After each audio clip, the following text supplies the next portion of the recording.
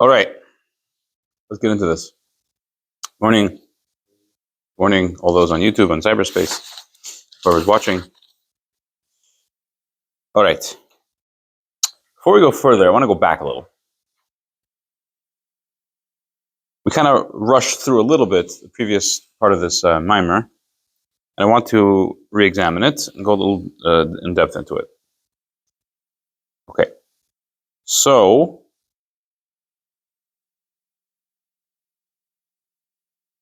where is it over here?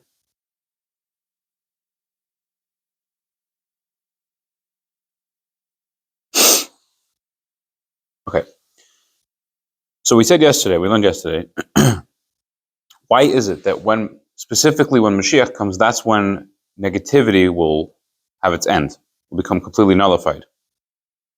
And automatically, when negativity, which is a spiritual form of death, is nullified, automatically literal physical death will also become nullified. And there will be the eradication of death.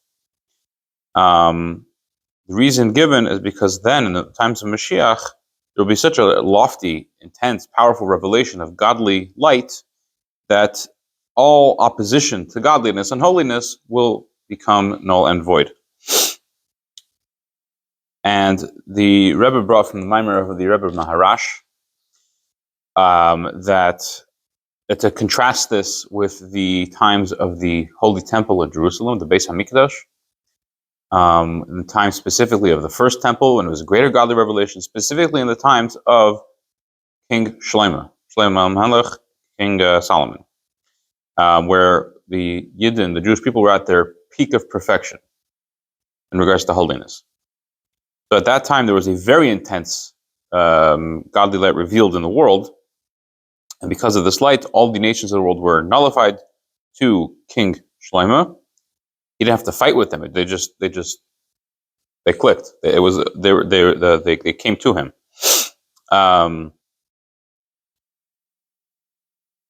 However, the godly revelation that was present, that was revealed in the times of King Solomon, King Shlomo, was in a way that there was still room for outer forces, let's call them, to nourish off of holiness. So we skipped the brackets yesterday. Let's go back to the brackets, and then we'll go further from there. So it's in the second page, page Kuf Chaf Beis, in the middle of the second paragraph. It's not a parenthesis, it's brackets. It's a square shape instead of a round shape. After the 2 lines later. It's a longer bracket. Okay. V'yesh loymar, why is it that in the days of Shlomo HaMelech, there was still room for the outer forces, the negative forces, to siphon off life and energy from holiness? So that was the case. It was seen in the way that the nations of the world nullified themselves to him. If I'm not mistaken, that's pronunciation. There was a queen. That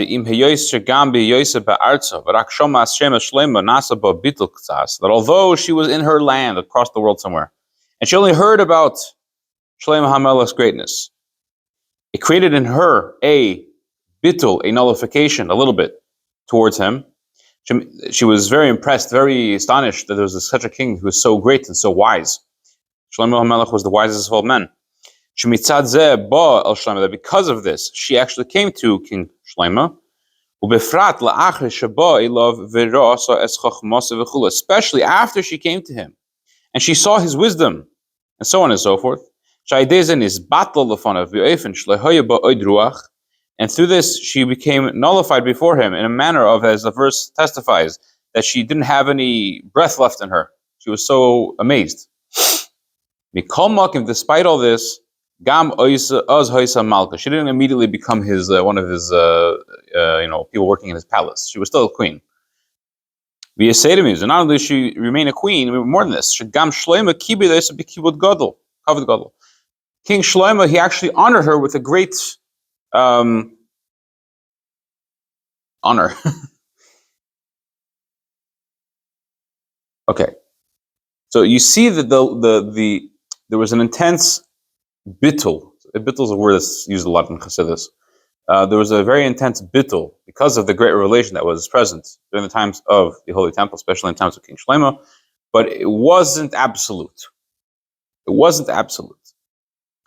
Mashe Enkin, now we're out of the brackets. Mashe Enkin Hagilu de la Asilavai Yeba Eifen Shaliti Nikali Chitenim Klal. Not so the revelation of the future to come will be in a way that there will be no room for outside forces to siphon, to nourish off of holiness. These batel hara lagamri, and the negativity will become nullified completely. Bilah Hamaves Lanetzach. Death will be swallowed forever. So far, so good? Okay. Now, on footnote 21, which we just breezed past, we didn't read the footnote, but we just breezed past number 21. The Rebbe references a mimer, which is actually, this is from the book that this is from. He references a previous mimer. So I looked into that mimer, and in that mimer he references a lot of this is based on a mimer from the Rebbe Rashab, the fifth Chabad Rebbe, in his Chassidus work called the Ayin Beis. The Ayin Beis is a tremendous work of Chassidus, tremendous, literally, it's very big.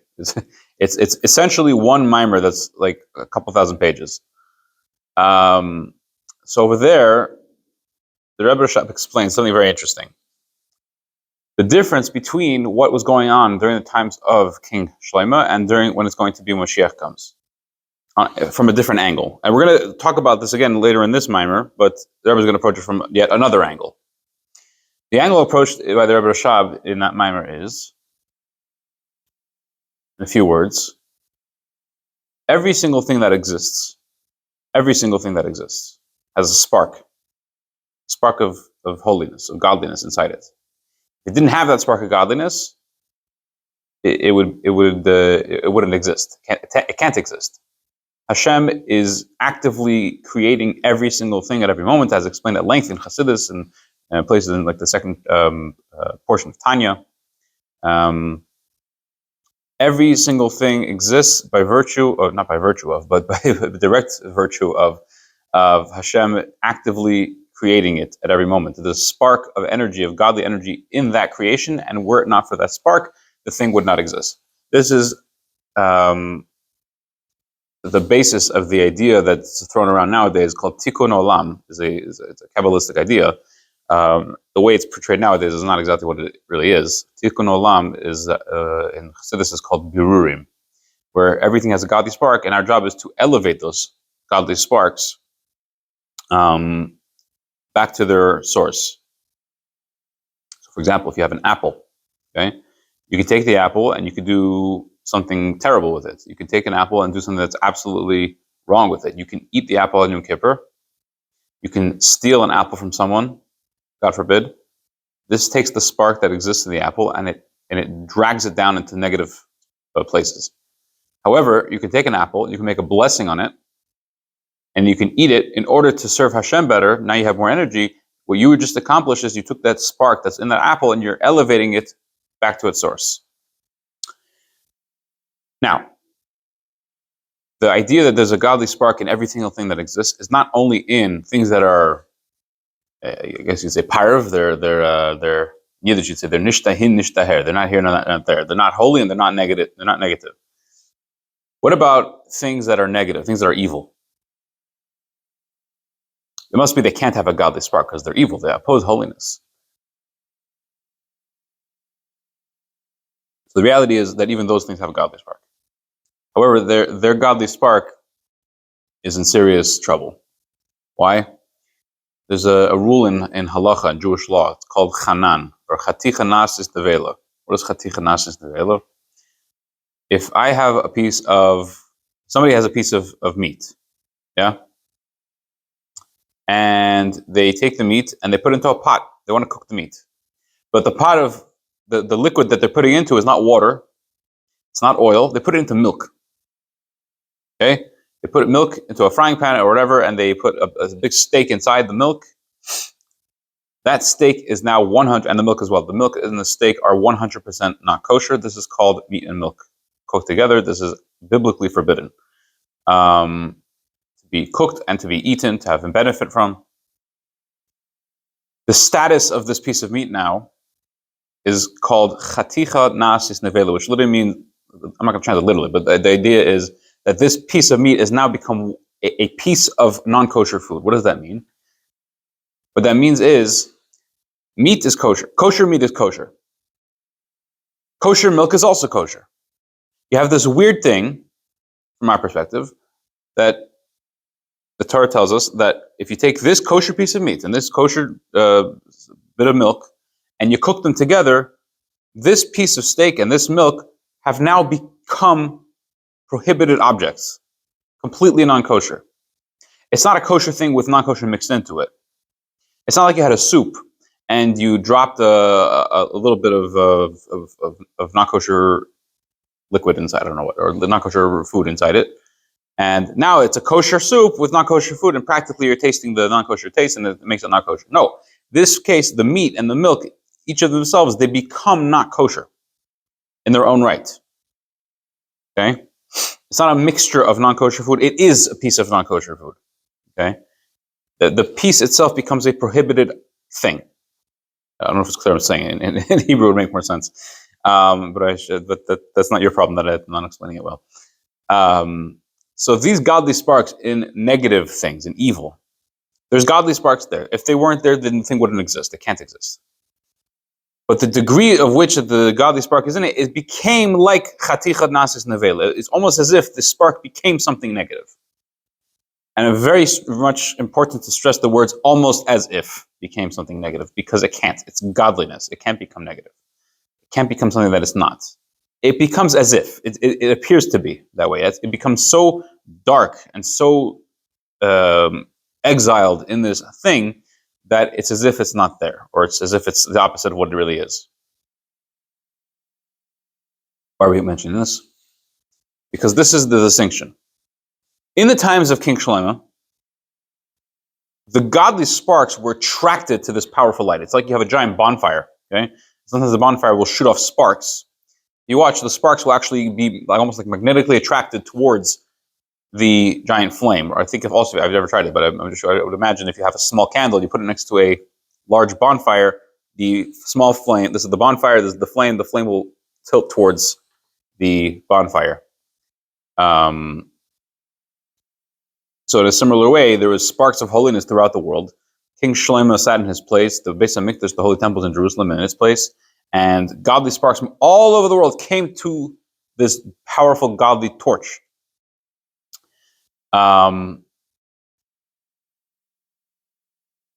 So the sparks were distant from holiness, and now they became closer to holiness.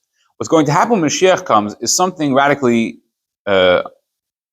somewhat different, but also greater than this, which is that the sparks of holiness that exist within negativity, to the extent that they're almost as if they're not holy anymore, they will transform into good. The negativity will become good.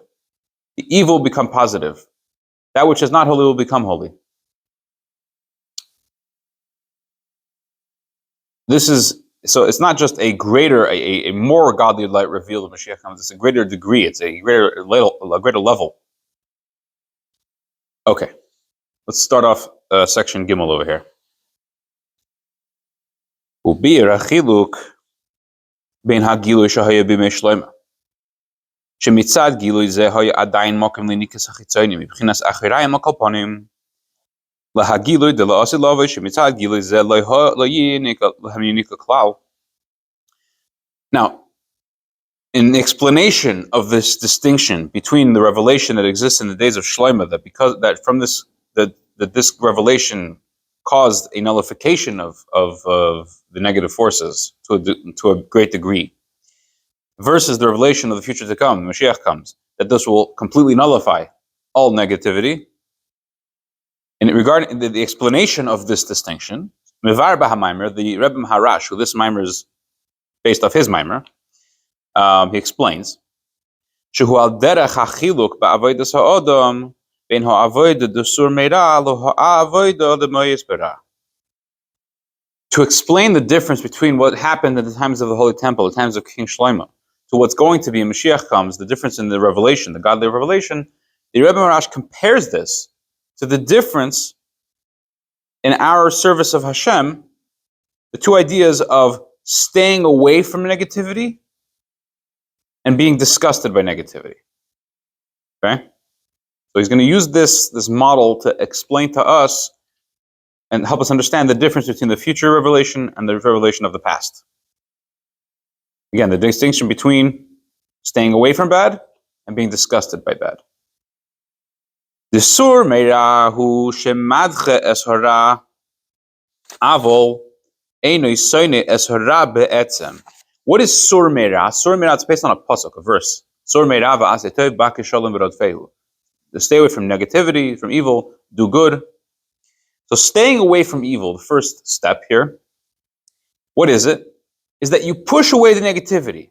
You disassociate yourself with it, which is hard work. By default, we want to be involved in negativity. Negativity doesn't just mean doing something evil or wrong. Negativity also means something that distracts you from what you need to be doing.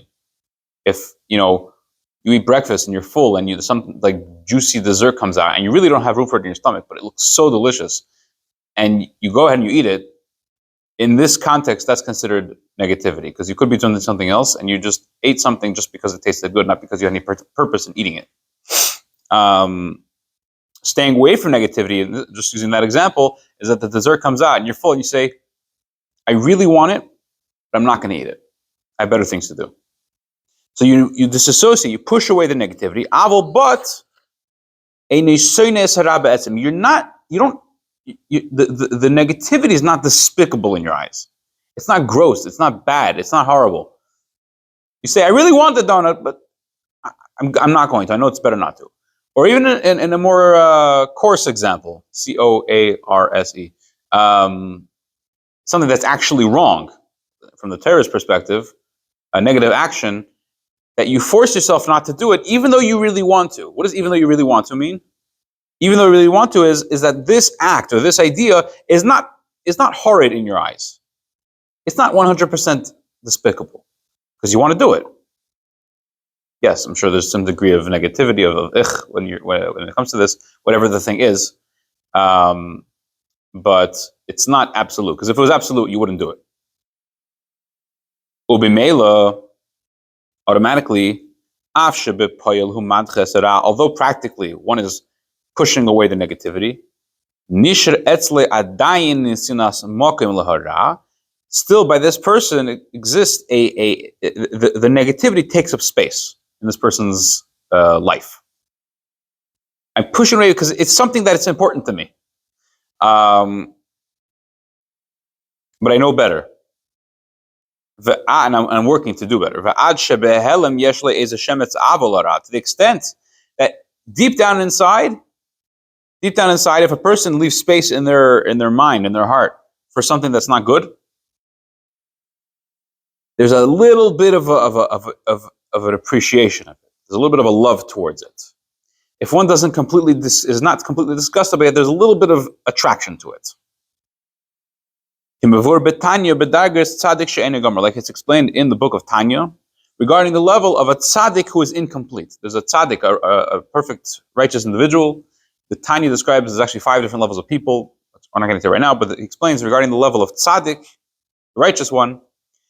There's a tzaddik gomur and a tzaddik she'ena gomur. This is a Gemara. This is not from the Tanya. The Tanya is explaining the idea from the Gemara. There's a tzaddik that's complete and a tzaddik that's incomplete. What's the difference between the two? The tzaddik that's complete, he's disgusted by negativity. He's disgusted by it. There's a famous story. It was a tzaddik, I forgot who it was, that there were people in his town, and a couple of scoundrels, that they wanted to cause the tzaddik, the rebbe of the town, to do something wrong. He had a reputation that he was holy, he was perfect. They wanted to cause him to do something terrible. So they hired a promiscuous woman to go into his study and to cause him to do something wrong. So she walks into his study, and he's sitting there with his head in a book. He's studying Torah, deep in the intricacies of whatever he was studying. She wasn't dressed very modestly, let's put it that way. And she started making a noise here and there. She wanted to get his attention. and he's off the radar. He's not available. He's not looking up. Making a little louder noise, louder of a noise, louder, nothing. Finally, she makes some disturbance that finally wakes him up from his concentration. He looks up, he sees her. The moment he sees her, he immediately throws up. And she gets so terrified, she runs out of the room. Guarantee you, he didn't have a conscious thought, oh, this is bad. Let me throw up to show how displeased I am with this. No, his natural reaction was he threw up. He was disgusted by what he saw. Somebody trying to do something so horrible. This is a tzaddik gomer, a complete tzaddik. An incomplete tzaddik is someone who's perfect, and their actions are perfect, and their practical insides are perfect. I'm not going to tell what that means right now, but they have some sort of minute, discrete approval of negativity. They don't do anything negative, they don't do anything wrong, they don't think anything wrong or speak anything wrong, but there's a sort of small smidge, to the degree that we can't even imagine really, of okayness with negativity. So staying away from bad means that you are sort of okay with it, but you know better, so you're working to be better, so you push it away. Okay, we have to pause here for Shachris. Thank you all for coming. Thank you for watching. See you tomorrow, God willing.